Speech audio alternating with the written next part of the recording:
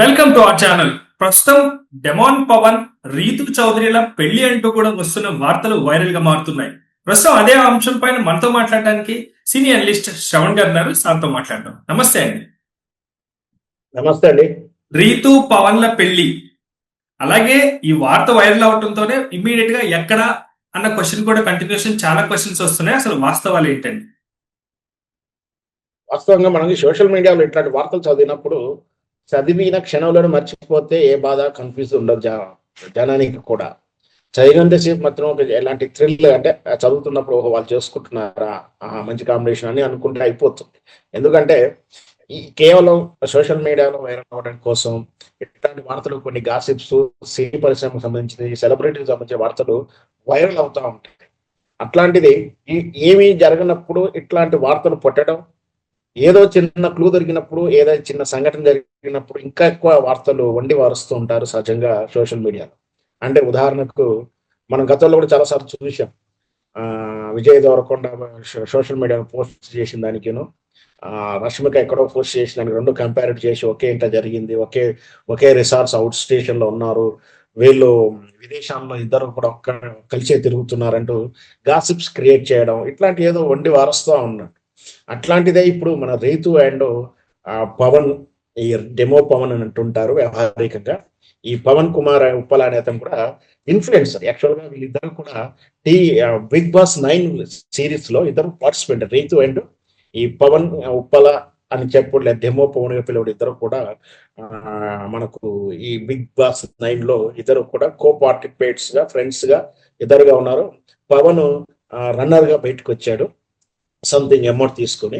So వీళ్ళ మధ్య అప్పుడు ఆ సీన్, అక్కడ జరిగినటువంటి ఆ సంఘటన తాలూకు, అంటే అక్కడ మనకు డెమో కోసం కావచ్చు, లేదా ఆట రక్తి కట్టించడం కోసం వాళ్ళ మధ్య కొంచెం పోటీ, ప్రేమలు, ఆప్యాయతలు, లవ్ ట్రాక్లు నడిచినట్టుగా మనం చూసి ఉంటాం. సో వాటినే నిజం అనుకోవడం.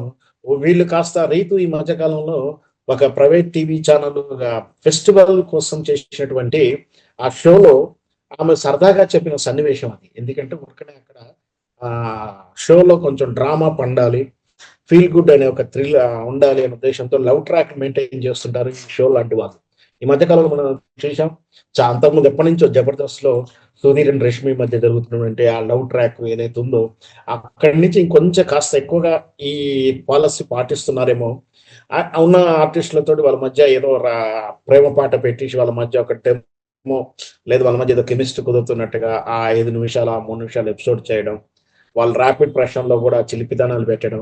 అట్లా భాగంగానే ఆ ప్రైవేట్ ఛానల్లో రైతు చెప్పింది ఏమిటంటే, ఎవరైనా పెళ్లి చేసుకోవాలంటే ఎవరు చేసుకుంటావంటే ఉప్పల కళ్యాణ్ చేసుకుంటాను, పవన్ చేసుకుంటాను అని కూడా ఆమె చెప్పిన వాక్యాలు అవి.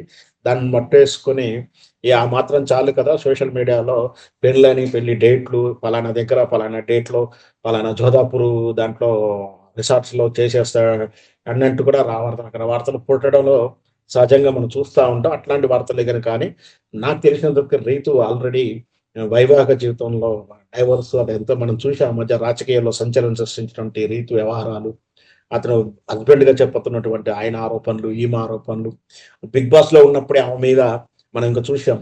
అది మండి అమ్మాయి చౌదరి అమ్మాయి, ఆమె కూడా కాంప్లైంట్ ఇవ్వడం, ఇవన్నీ కూడా వ్యక్తిగత జీవితంలో ఆల్రెడీ డిస్టర్బ్ గా ఉన్నటువంటి, ఆల్రెడీ ఒత్తిడిగా ఉన్నటువంటి అమ్మాయికి ఇప్పుడు ఇది పెళ్లి కొత్తగా వార్త అనేది మనకు గాసిప్స్ గానే చూడాలి తప్పించి, కానీ నిజ జీవితంలో పెళ్లి అనే మాట మాత్రం అయితే కాకపోవచ్చు.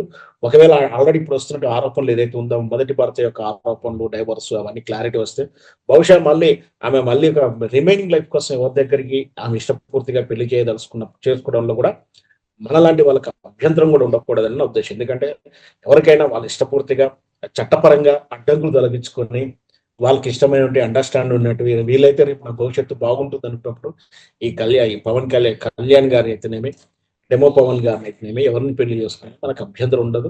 ఒకవేళ అలాంటిదైన ప్రేమ వార్తలు లేదా పెళ్లి లేదా విడాకులు ఇవేమైనా సరే సదర్ రిలేషన్ అంటే ఏదైతే పేర్లు వస్తున్నాయో వాళ్ళుగా స్వయంగా ప్రకటించేంత వరకు ఇవన్నీ కూడా గాసిప్స్ కానీ చూడాలి, వాటిని నమ్మొద్దని నా ఉద్దేశం. Right. Thank you sir. Thank you so much.